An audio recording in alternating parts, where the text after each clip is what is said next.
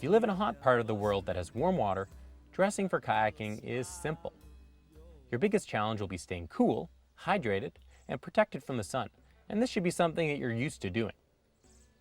The most simple solution involves using sunscreen and wearing a hat. Sunglasses are also helpful because the glare off the water can be blinding, and you'll want to use some type of retainer strap so that you don't lose them. Of course, the best way to protect yourself from the sun is to cover up, so you might want to wear a light, long-sleeve shirt. Below the waist, surf shorts and water shoes or sandals like Teva's work great. Dressing for cold water is far more difficult, especially when the air is warm. Even on the hottest days, if you find yourself swimming, the cold water can suck the heat out of your body at a surprising speed. If you're paddling a sit-on-top kayak, you have to expect that your lower body is going to be wet, whereas a sit-inside kayak will protect you a lot more from both the wind and the water. On the other hand, if you flip when paddling a sit-on-top kayak, you can just climb back on the boat. But if you flip in a sit-inside, it'll take a lot longer to get back on board, which means you'll spend more time in the cold water. Of course, the best strategy is to avoid capsizing altogether, and this is easy to do in a wrecked kayak, as long as you stay in areas that are protected from heavy wind and waves.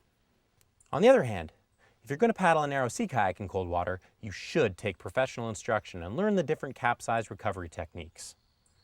Whatever boat you're paddling, it only makes sense that you stay close to shore so that if you do flip, you have the option of just swimming to shore while your buddies gather your equipment. If you're going to be paddling in more committing areas where you won't be able to get to shore very often, it's important to choose the right clothing. You want to be able to wear something that will keep you warm if you get wet, but that you won't overheat in when you're paddling. A neoprene Farmer John wetsuit works well for this purpose because it insulates when it's wet and doesn't get in the way while you're paddling.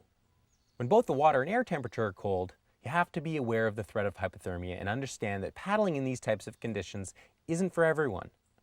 But if you are going to hit the water, you need to use clothing that will keep you warm, even when they're wet. Synthetic fabrics like fleece, neoprene, and polypropylene are good for this reason, and it's best to use a couple thinner layers instead of one thick layer. Wool also works well, although it's slow to dry and heavy when it's wet. Cotton is one of the all-time worst materials to wear when it's cold. Cotton actually draws heat from your body when it's wet. Over top, you'll want to have an outer shell that keeps the wind off your body. A waterproof nylon jacket and pants will do the trick, but at your local outdoor or paddling shop, you'll find paddling tops and bottoms that are designed specifically for the purpose. On your feet, neoprene booties and even a pair of wool socks will help keep your toes warm. The ultimate protection against the cold, though, is the dry suit. A dry suit uses latex gaskets at the ankles, wrists, and at the neck, which keeps all the water out.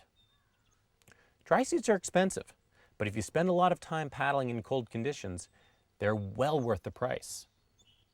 If you're using a sit-inside kayak, you can also wear a spray skirt, which keeps the cold water out, keeps the hot air in.